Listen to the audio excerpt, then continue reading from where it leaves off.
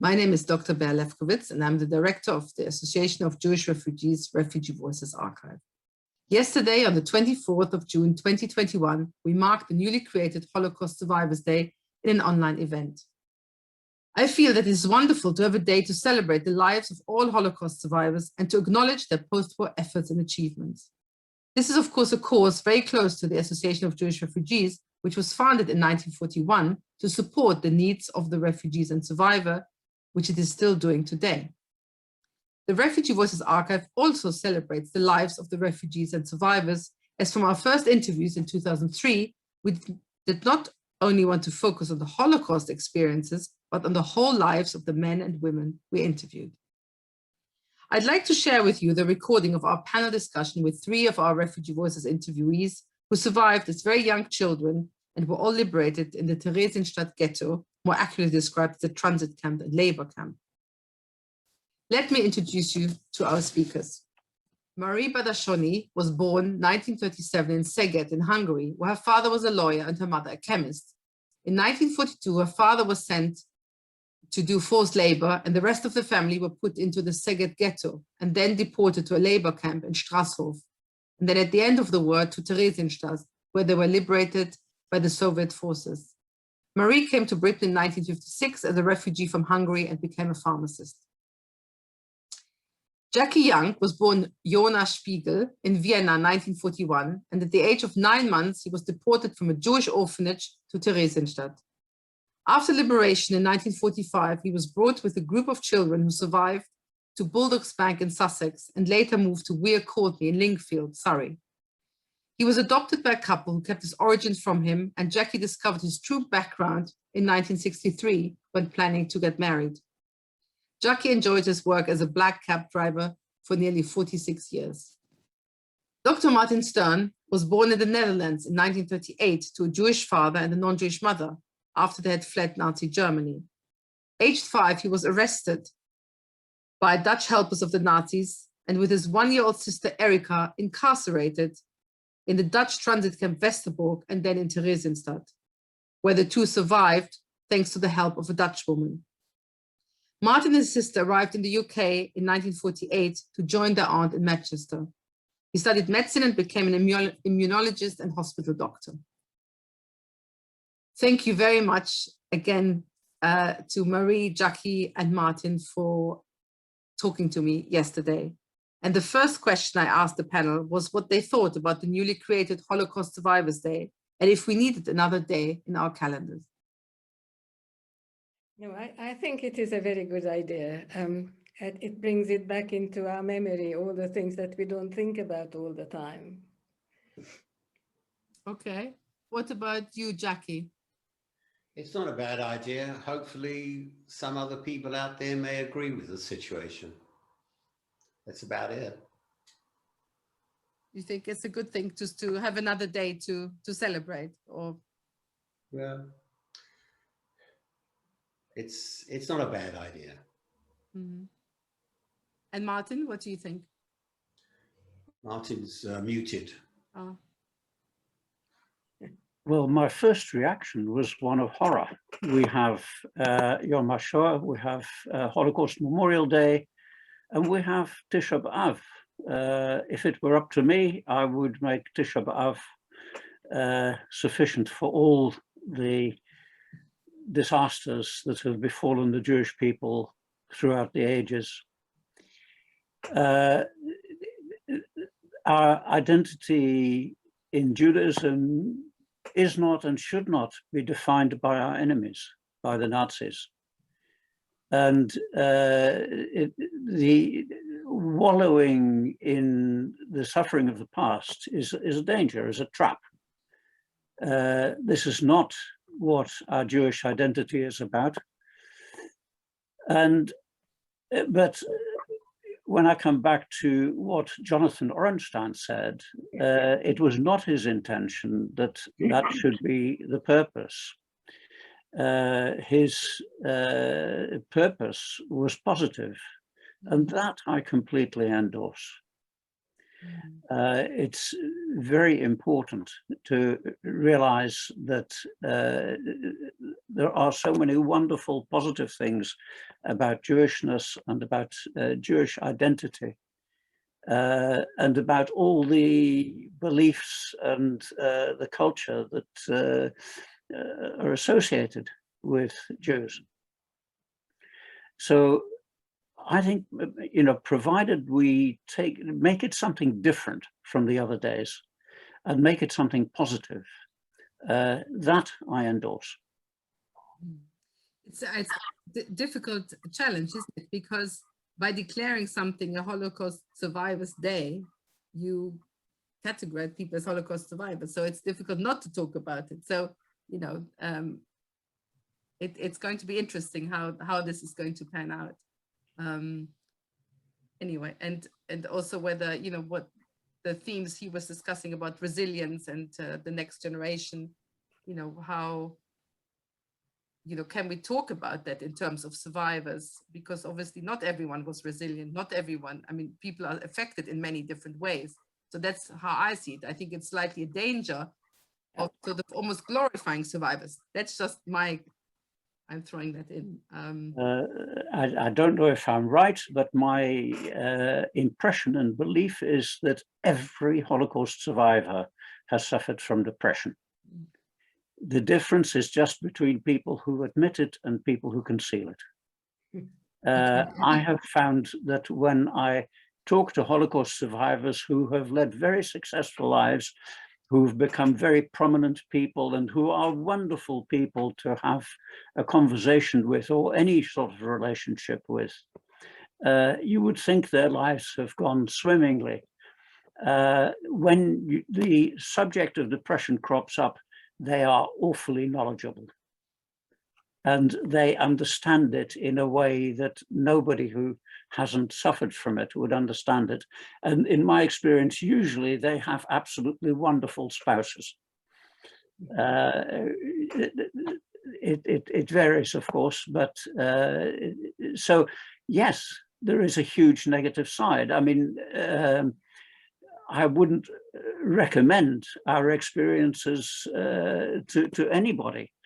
And nobody would want their children to go through what any of the three of us have gone through. For goodness sake, of course not. It's terrible.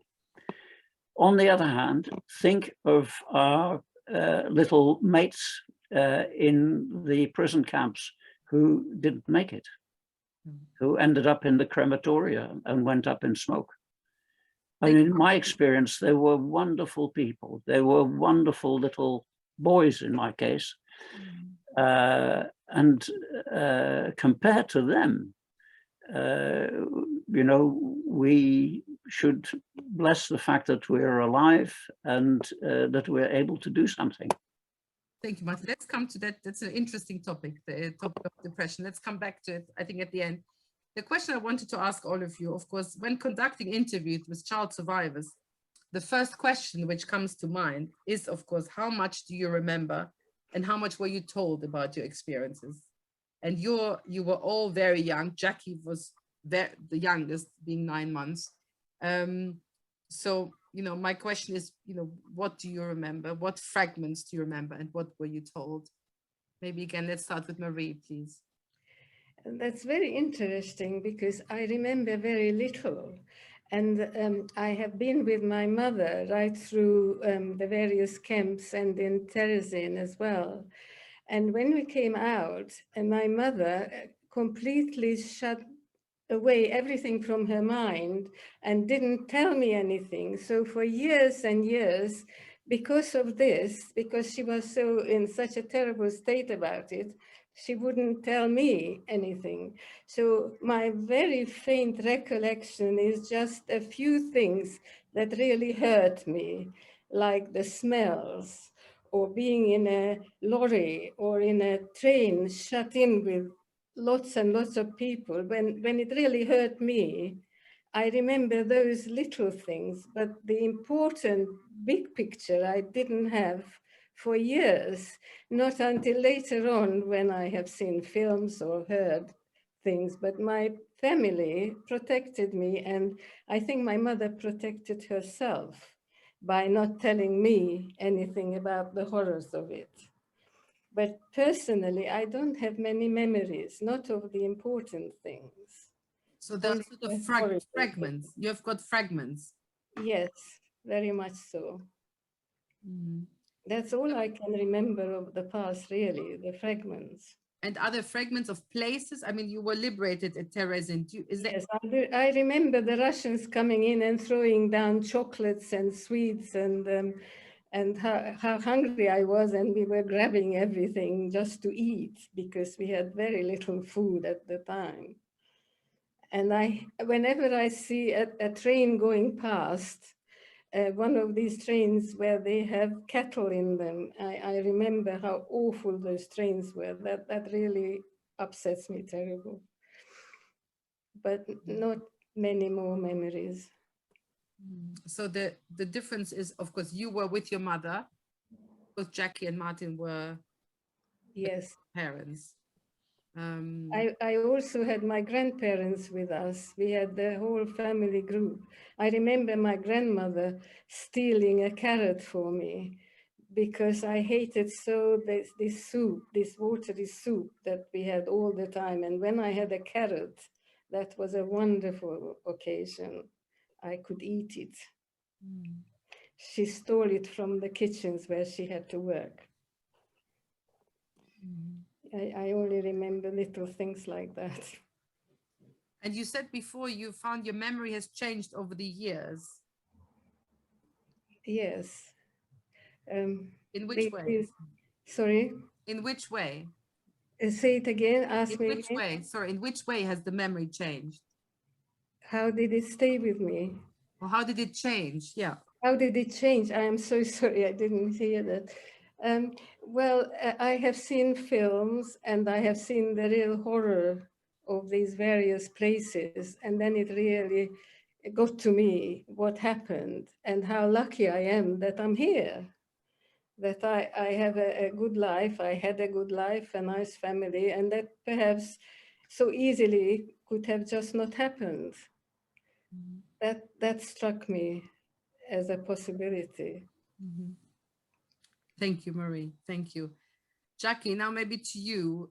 In your case, you have no memories, or are there any fragments of memory? Memory started when I arrived in the UK. I have no memories at all of Theresienstadt, even though I was there for 2 years, 8 months from a 9-month-old baby. So I'm a total disadvantage to Martin and Maria. I was going to show you a photo, maybe you've seen it before, but anyway, this is when I arrived with a bomber. Can you see it? Hold it down a bit. This is when you arrived in England. Haven't changed a bit, have I? Anyway, and yes, like you said, Bea, I got 3 major notifications of my being in the UK, which really turned my life round a bit. Once finding out from a child in school that I was adopted, my parents were very loving adopted parents, but very hostile to learning about my past or telling me anything about my past. There was a total conspiracy of silence with her friends, her family, so I had no knowledge. And then one day I went down to my adopted grandmother, and she informed me that I wasn't English, that I was Austrian. And I thought she was out of a cotton picking head. Anyway, so by 21, just about to get married, I had to prove to the Jewish Board of Guardians or somewhere in Bloomsbury that I'm Jewish and they're going to get married in a synagogue. And to get married in a synagogue, I had the proof. Well, my mother just wouldn't give her she had the papers to prove that my Viennese mother was Jewish. I pleaded, and eventually she had to go to the Chancery Lane silver vaults where she had the papers. That's how much she decided to make sure I wasn't going to see any papers. And that the person in charge saw the paper said, your son can get married in the synagogue. I snatched the papers away, and that's when I found out that I'd been in Theresienstadt for 2 years, 8 months. Total blackout of the whole situation. As I say, I didn't know about anything. My memory started in a place called Bulldogs Bank. I'll show you another photo. And there's me at the head of the table, and a few of, we were the 6 of us, but only 5 in this photo. Sadly, one got ill. I don't know if, can you see it? Yeah, hold it up a bit. Yeah, we can see it. I'm at the head of the table with not a happy face, but there you go. They told me, the 2 German ladies who were looking after us said that they had to put sugar on everything we ate, otherwise we wouldn't eat it. And for one of the better words, we were a nightmare. For a year, we were one hell of, I think one of us would have been a nightmare, and they had to put up with 6 from the start. So, I mean, Jackie, the group of you, I mean, for anyone who watched the film, The Windermere Children, the group of you is in it, the group of very, very young children, and you were one of the 6 young children. Yeah, we were walking in the woods with the teacher, and a dog startled us, and apparently we ran into the woods away from the dog. I mean, Jackie, when I interviewed you, and when I hear your story, what is to me so almost unbelievable is that for 1 year, everything was documented, you know, in Bulldogs Bank by the Anna Freud Center, and then you were adopted, and then there was no contact with you. I mean, I find it unbelievable, and that it takes you so long to find out. And then you see all these photos and the documentation. I mean, that is an extraordinary story. The library has a file on us, which apparently cannot be opened until 2046 and possibly even 2076, which actually outlines what we said, what we did, and how we behaved. And I'm glad I didn't have to look after me. And did you find out why your parents were so against, your adopted parents, against you finding out about your past? It was their problem, not my problem. Alice Goldberg, who was the matron of the second place we went to, which was called Weir Courtney, advised them to, if she could, share and help them along. And their words were, no, we'd rather do it ourselves, which was a big mistake, because I was, for want of a better word, a very big hot potato. And they didn't know how to handle me. They were, I mean, all parents have a learning curve. My parents didn't start anywhere, really. They showered me, they loved me, I loved them, but they did not understand the fact that I lost a family in Vienna, and they weren't going to tell me anything about that background, which was a shame. That really put a little bit of a wedge between my mother and my father, both loving parents, but they couldn't handle my past. One was called Annie, and the other one was called Ralph. Terrific guys, but they couldn't handle it. Thank you very much, Jackie, for sharing this. Martin, now talking about your memories, and again, I remember our interview, and remarkably, you remember a Red Cross visit in Terezin. Yes, there were several of such visits. I don't know, the one that I remember must have been very late on, but I don't know the exact date. But I was in a building which the Nazis had given a German name, the Hamburg barracks, Kaserne, and the lady looking after my sister and I seemed to have a kind of somewhat privileged position, and with a small number of other women, we slept in a little side room off the back of a big women's dormitory. And I was prepared for the Red Cross visit, and I said to the other women in the dormitory that I wanted to tell them about how we lived there, and they very fiercely told me not to say anything, not to do anything, not to touch them, just to sit there quietly. They were very scared that I might do something of that sort. It would have had terrible consequences for them. Of course, during the beautification episode in Theresienstadt, when it was made into a Potemkin village for the benefit of Red Cross visit, most of the people who were involved, who played a major part in doing that, were sent to Auschwitz in the couple of days after the Red Cross visit. So their fear was highly justified. But I can remember Red Cross officers and some German officers coming into this little side room off the back of the big dormitory. And if I had just, sitting where I was, reached out my arm, I could have just about touched their coats, which were coarse wool, olive green. I've never seen that in a book or any other account. That is purely from my memory. So anybody who's able to check that is very welcome. But it was very real. So indeed, yes. But which of the Red Cross visits it was, I don't know. I think it was one that occurred very late, and I'm not sure how well documented it is in other respects. I mean, that's very interesting, Martin, because what we found in many interviews, that it's not only age related, what somebody can remember. I mean, you have two people who are 6 or 7, and one person can remember something and the other person doesn't. And it's remarkable. You're not the only one. We have some other interviewees who can remember, you know, being in hiding when they were 5 or 6 or 7, you know, which seems a remarkable thing that you have these detailed memories.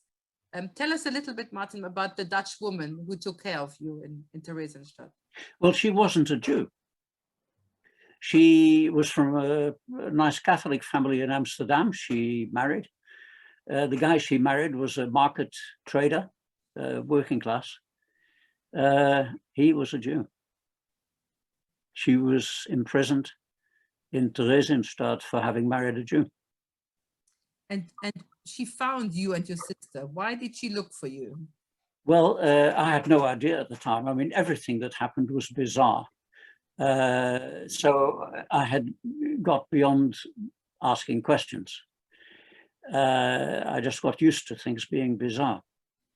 But during a visit to her in the 1980s, I asked her, you know, you picked me from amongst maybe 50 little boys in a building where I found myself amongst a whole lot of little boys. You could have picked one of the others. You picked me. And you went to a different place and you picked my sister, who was 4 years younger than me, a little toddler. And from amongst a whole lot of little babies and toddlers, you picked her. Why did you do that? And the answer was that she and her husband had been childless. That troubled her a great deal. And in Theresienstadt, where people were mostly concerned about space in this terribly overcrowded place, about food, people were dying from a combination of malnutrition and disease.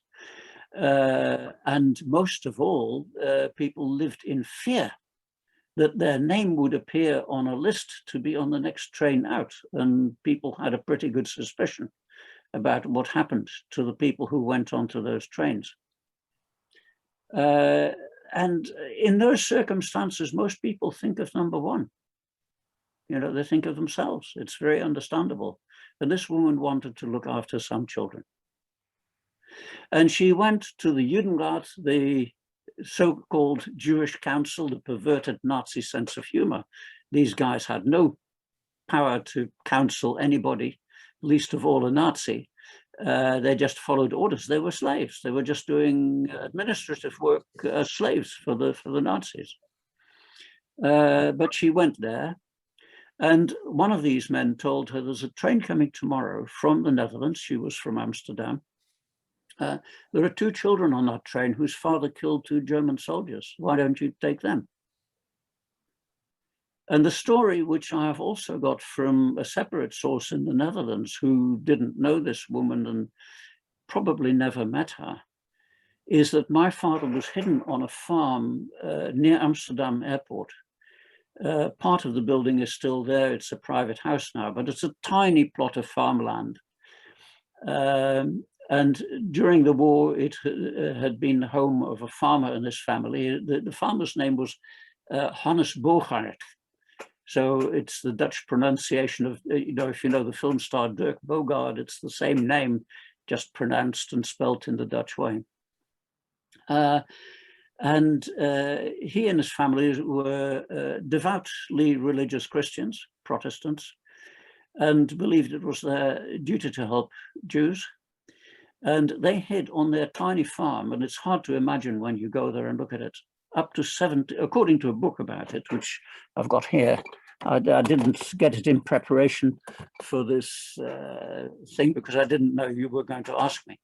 But this is a little book in Dutch about the family. Up to 70 Jews at any one time. I mean, under the floor, in the haystack, in garden, in farm sheds, and in the ditches. And when they knew a raid was coming, they would send the Jews off to hide in the ditches because it's flat as a pancake. Mm-hmm. The only way you can hide other than in a building is in ditches. It's a long story, but my father was hidden there, sent on to another farm, which was also raided by the Nazis. Incidentally, the first farmer and his son both died in concentration camps for their trouble in hiding Jews. Anyway, how this story got to today's start, I have no idea, nor did she. But she was told this story, and that's why she picked me out from one place and my sister from another place. So my father, who eventually died in Buchenwald on the 25th of March, 1945, according to the records, and I don't know how he died, he's just recorded there as having died on that day. Died obviously under horrific circumstances. I mean, he had been in Auschwitz, so he would have been on a death march or in an open coal truck in winter. Both of those methods of transport were absolutely horrific beyond imagination. And he would have died under the most horrific circumstances, not knowing that what he had done had played a vital part in saving the lives of his two children. So, long answer to a short question. Yeah. His action saved you. Thank you, Martin, for sharing. You all have in common not only your survival, but also the disruption of family life post-war. Moving to a new country, in Marie's case as a refugee from Hungary, in Martin's case, who joined the family in the UK, and Jackie's case being brought to the UK as a group with a group of child survivors. Can you tell us a little bit how you feel, what exactly happened post-war? Jackie, we heard about it already, and how it affected you later in life. Marie, I know that you didn't stay with your mother, so tell us a little bit about it. Well, I was brought up really with my grandparents until the age of 14 because my mother had to work. My father died in a labor camp in Russia, so my mother had to be the breadwinner. That's why my grandparents were bringing me up. And when I was 14, then I joined my mother. And when I was 18, I really had enough and I wanted a different life. That's why I tried to come out somewhere. And I ended up in England with the help of this very nice English lady. And from then on, everything is just good and better and better and better because after studying, I met my husband. And we have got two children, and both of them turned out very, very good and very loving. And what I really wanted, a loving family, and I got that. And now I have got 9 grandchildren, and I'm so proud of my family and my grandchildren. The oldest granddaughter just became a doctor last week. So I can't ask for anything better, and I'm very proud. And I think that all those horrible people, if they look down from up there to see what we achieved, they can be very upset.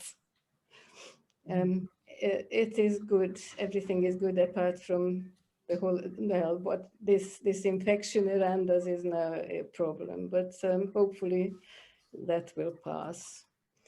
And life is good. And after the war, when you said you grew up with your grandparents, what was it like for you? Did you understand that you couldn't be with your mother, or did you want to be with your mother, or was that okay for you?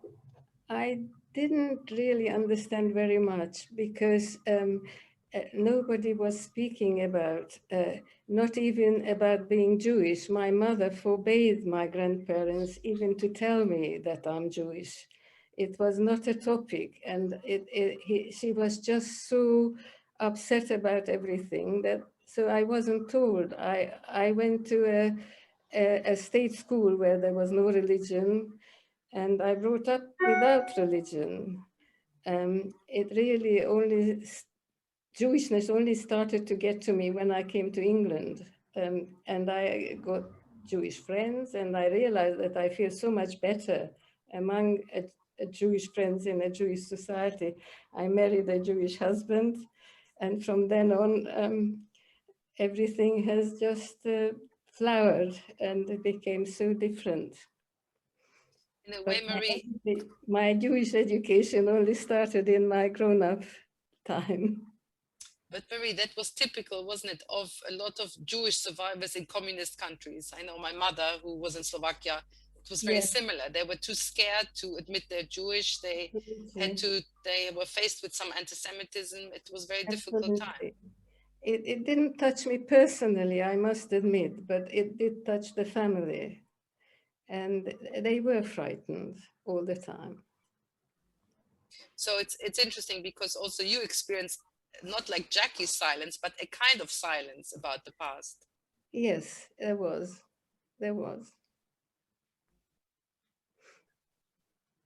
Yeah. And Martin, what about your situation post-war? You came back to Amsterdam and you couldn't stay with this Mrs. de Jong, who saved you. That's right. We were snatched from her flat the day after our arrival by the family that had looked after my sister during the war, at risk to their lives. One can understand why they wanted my sister back, but they essentially denied this poor woman access to us afterwards, which was terrible. It broke her heart, and it broke mine too. But they housed my sister, but they felt they couldn't house me. They were living in a very nice semi-detached house in a lovely village, I mean a prosperous village, and a commuter type of village, really.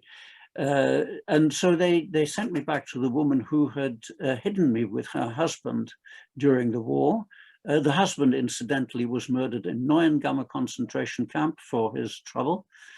And I loved her, and I continue to love her to her last day of life. She died about 10 years ago. But then I was moved from there to another family, the son and daughter-in-law of the family that had my sister. So I was with complete strangers. They knew I wasn't meant to stay with them permanently. So my construction is they understandably didn't want to form an attachment with me because they knew I was temporary. So it was a hard life. And then I was moved eventually to the family that had my sister. They had now moved into their enormous villa, and now they felt they had a little room for me up in the attic, in the roof space, really. And subsequently in a nice small little room on the first floor. Although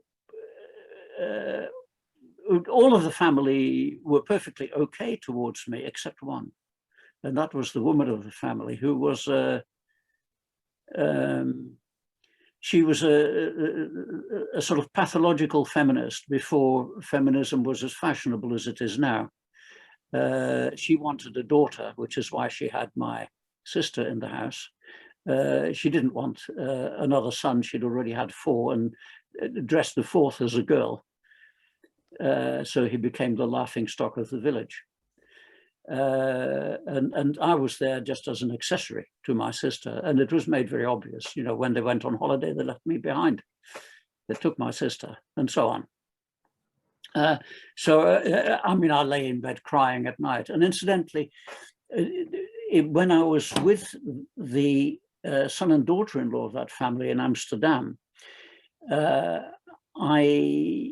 had developed, at first I got on okay at school. I mean, at first it was very strange because I wasn't used to being with children. It took me some months to behave normally. And fortunately, the other children in the class behaved very normally towards me and eased that transition. But I then found myself in a class where there was a disabled boy who was being horrifically persecuted by the other children who mobbed him. I mean, the whole class, except for me, was teasing him and bullying him. And I wish I could say I was the hero and, you know, stepped in front of him and, you know, done something heroic, but I didn't. But I couldn't join in the bullying either. I stayed in the background and I didn't like playing with my classmates after that. But I became friends with some boys playing in the street, got on fine. And one day they said, it's a festival today. Do you want to come with us? Well, I hadn't a clue what they were talking about. But they took me into the local synagogue. It turned out they were Jewish. And it was Purim, and there was a sukkah at the back of the synagogue. And there, a girl, maybe about 16 years old, sat us down and told us a story. And I was so impressed with all this that I went home to this couple I was not comfortable with and said I wanted to be brought up as a Jew.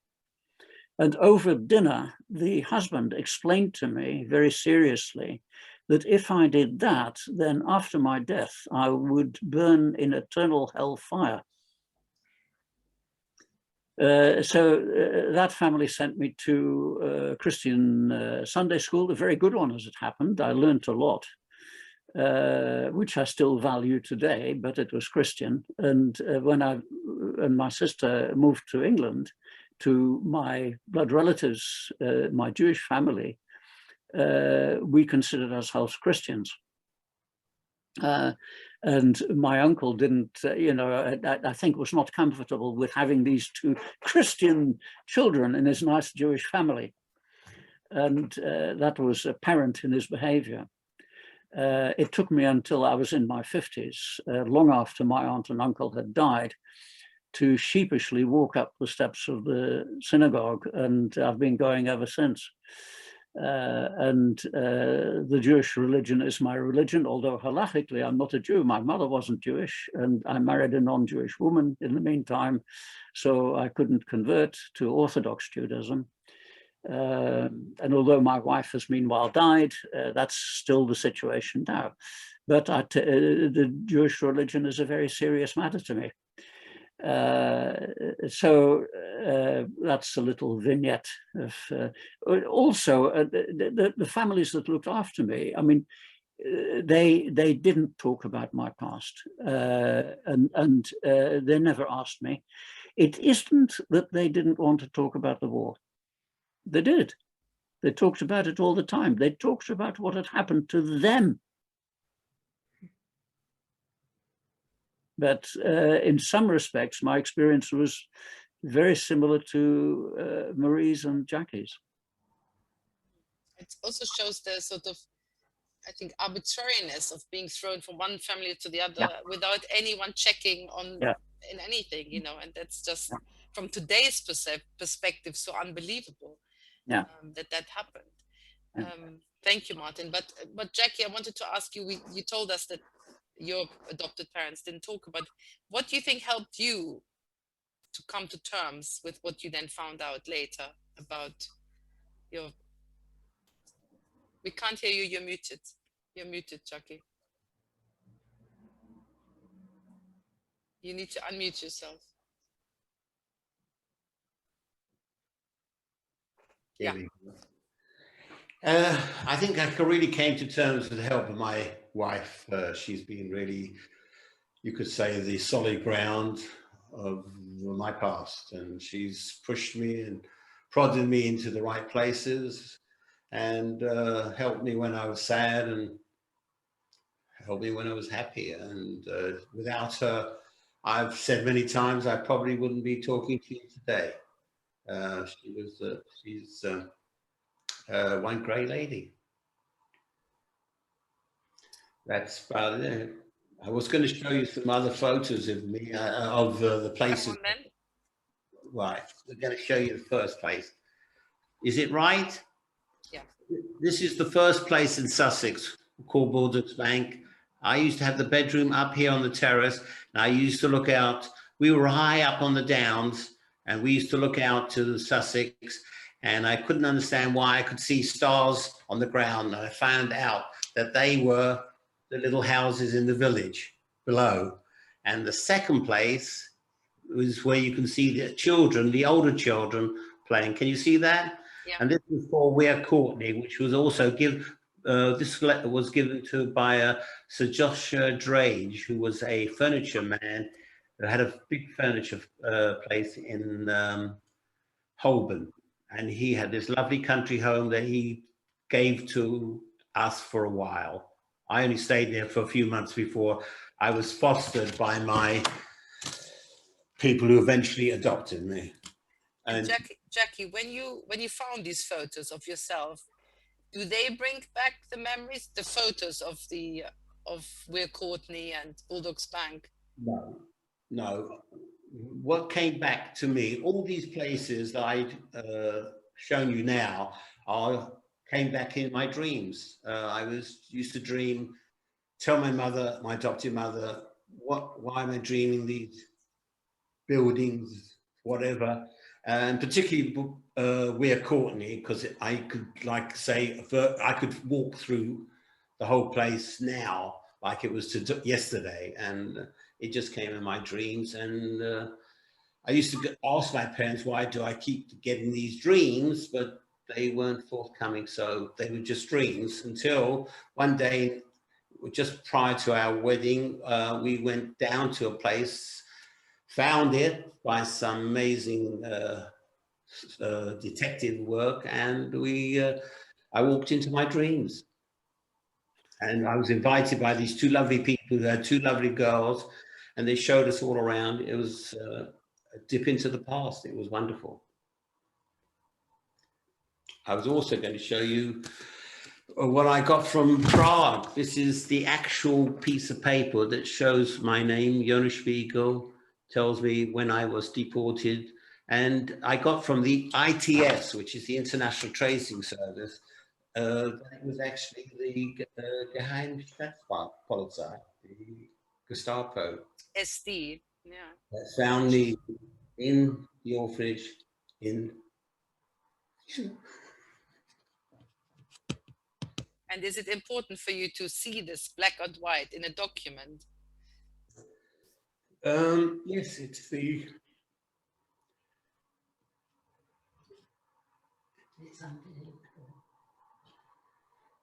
It's the proof. Thank you, Jackie. Thank you very much for sharing this. We have just a little bit time left. So the last question I wanted to ask all of you, what would you say to your young selves from today's perspective, after liberation, to your very young self? What would you say to yourself, Marie? Oh, I don't know. I think I would have liked to be able to speak with my mother about all the things that happened. And of course, it's not possible now. She died 15 years ago. But I feel that I missed out on a lot of things of her knowledge of our past. That's all, really. Thank you. And Jackie? Well, I'm still waiting for some photo of my family. I've really, that's my major stone in my shoe, which won't come out.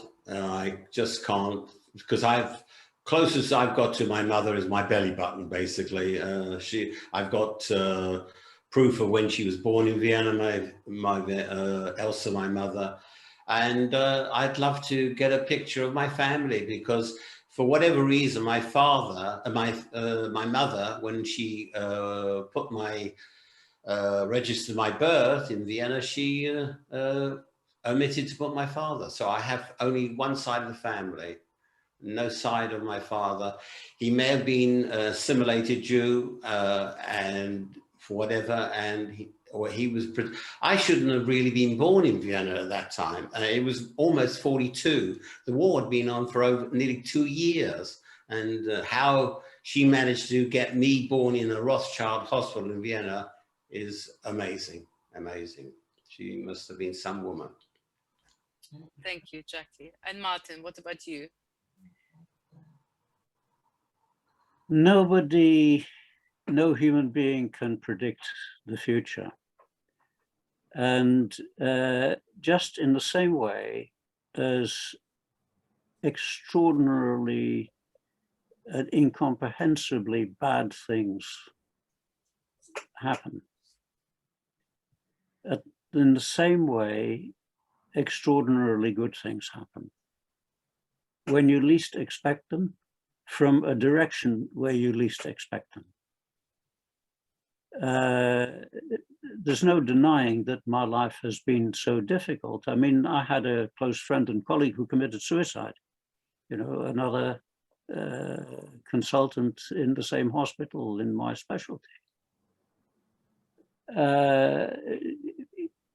Throughout my life, people have come out of the woodwork, as it were, who are so good and so amazing that I find it completely incomprehensible, just as incomprehensible as the bad things.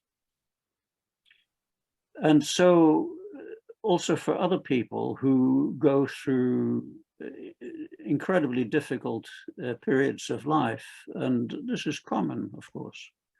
You don't have to be at the receiving end of the Holocaust to go through difficult episodes in life. Hang on in there, because there are good things that happen and you can't predict them. And you've no right to expect them, but they occur anyway. That's, and you know, for any of us, courage is not an optional extra. Courage is an essential of life for everybody, for you, for me, for everybody I've ever met. You just need it, and you need to recognize that and to be courageous, and good things will happen as well as bad things. Thank you, Martin. I think Jackie wants to add something. Yes, please. You have to unmute yourself, Jackie, please.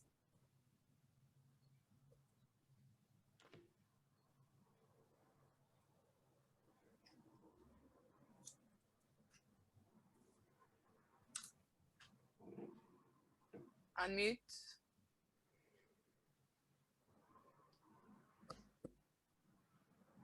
I can ask you to unmute, and then maybe that will work.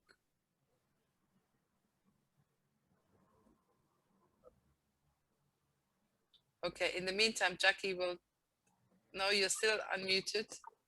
You need to unmute.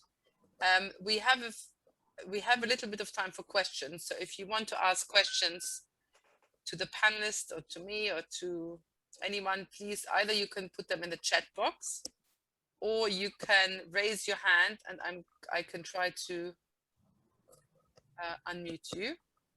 Jackie, no luck with unmuting? You can write a message if you something you want to say and I can read it out. Jackie, you have to click on the microphone symbol. Yes, the left symbol. Anyone who would like to ask a question?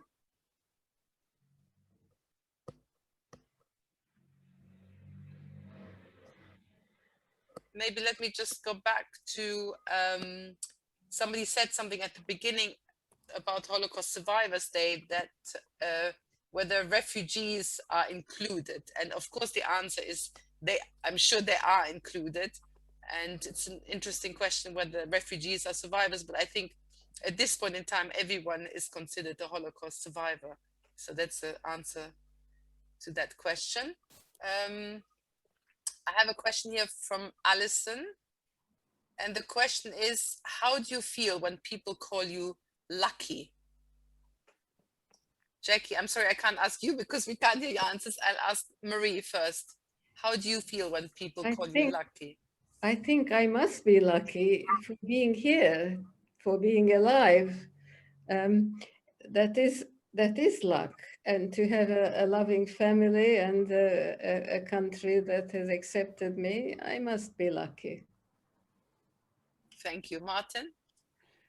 Well, I would reject that word for two very important reasons. One is religious. We don't understand the purposes and the actions of the Almighty. God forbid that I should think that the Almighty saved me because I was better than the others, because I know I was not. They were terrific kids. They were better than me. Don't question it. They were. We don't understand the reason, but to call it luck is grates on me religiously. But there is another very important reason. I survived because of extraordinary things done by human beings around me. It wasn't luck. Two of them died. My father and the man who had hidden me for 2 years, 5 minutes walk from where Anne Frank was hidden, by the way. He died in Buchenwald. I can't call that luck. The Nazis publicized that anybody who hid a Jew would be treated like one. And I counted as a Jew for the Nazis.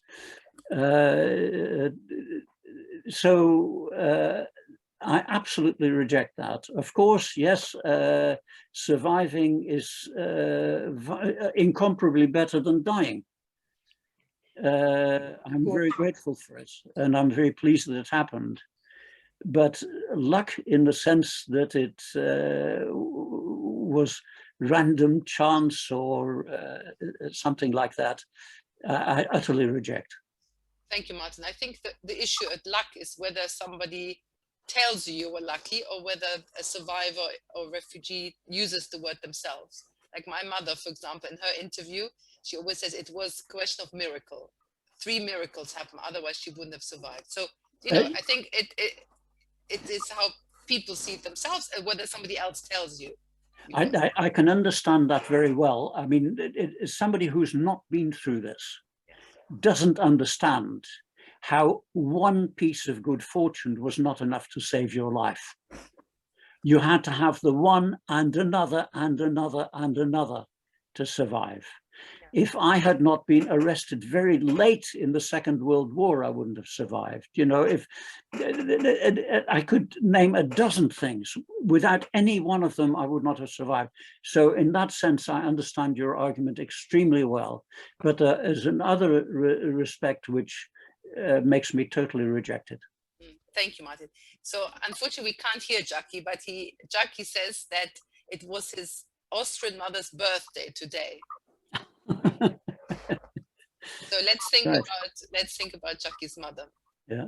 Today. I have a comment here from Angela. It's a question. She says it's a second generation question, that her mother is a sole survivor. And do you think she should know about her past through DNA search? She's 83 and Angela doesn't want to drum up memories and she doesn't want to talk about it. So the issue is, if you have a parent who is a child survivor today, should one, I guess, dig and should one ask more questions or should one leave it alone? So it's an interesting and difficult question. What do you think, Marie and Martin? If I could, I would ask all the questions that I didn't ask earlier on. And I suggest to this lady that if possible, she should ask her questions, all the questions, because when her mother isn't there anymore, no questions can be asked anymore.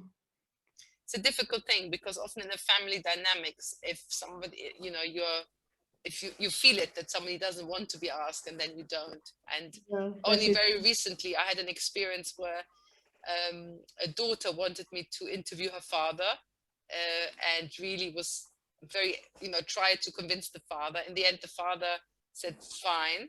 I went to visit the person, and after 2 minutes said, I really don't want to be interviewed. So I only can speak of myself, that I wish course. myself to know all the answers that I do not know, even if the mother doesn't want to speak. Yes, yes. Martin, what do you say to this lady here about her mother? I think in principle, the truth and knowledge is always important and should take priority. The trouble is that the truth and the knowledge you discover may be uncomfortable or maybe, frankly, really traumatic. So when you decide to excavate the past in that sort of way, you have to be prepared for the consequences, which may be extremely tough. But my belief is it is always better to face the truth, if at all possible. I agree. Thank you, Martin. And we got Jackie back. Jackie, tell us about your mother's birthday then. Yes, it was 24th of June in 1909. She was born in Vienna. And her name? Elsa Spiegel.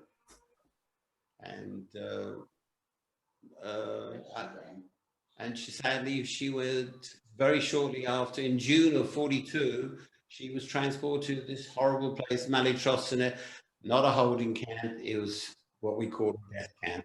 You either arrived in a gas van or you shot on arrival. There was no waiting time. So it was, one can only console oneself with saying that she probably died very quickly, but what she must have gone through, she had all the pain and none of the gain. It was, and that really is a hard pill for me to swallow, knowing how we brought our children up with the love and care, and she missed out. So the family and me missed out big time. And like you say, Martin, I think when we dig into the past, we have to take the good, the bad, and the ugly. Yeah. Thank you, Jackie. Thank you very, very much. I think if you have any more questions, please type them. Otherwise, I think we are coming to the end of this session. And I'd really, really like to thank the audience, but of course, most importantly, the panelists for participating today. Really very moving. And of course, I have many more questions. Please go to our website. Marie, Martin, and Jackie's photos are featured there, and their life story as well. If you want to read more about child survivors, I can really recommend Rebecca Clifford's book. I'm sure you've seen it here. It's blurred. Sorry, my background is blurred, so I can't show it to you, but it's called Survivors, which is a fascinating account of the stories of child survivors who often don't remember even their original names. And it features Jackie's story as well. If you are a child survivor and you'd like to be interviewed, please get in touch with me. Or if you're a child of child survivors and like to tell your family's story, please also get in touch with me, because Refugee Voices Archive has just recently started to interview second and third generations. So this is a new venture for us, and we can interview second and third generations. So please get in touch if you'd like to be interviewed. So just to say, have a good afternoon and hope to see you soon at one of our other events. And thank you very much for coming. Bye-bye. Thank you. Bye. Bye-bye, everyone. Bye. Thank you so much.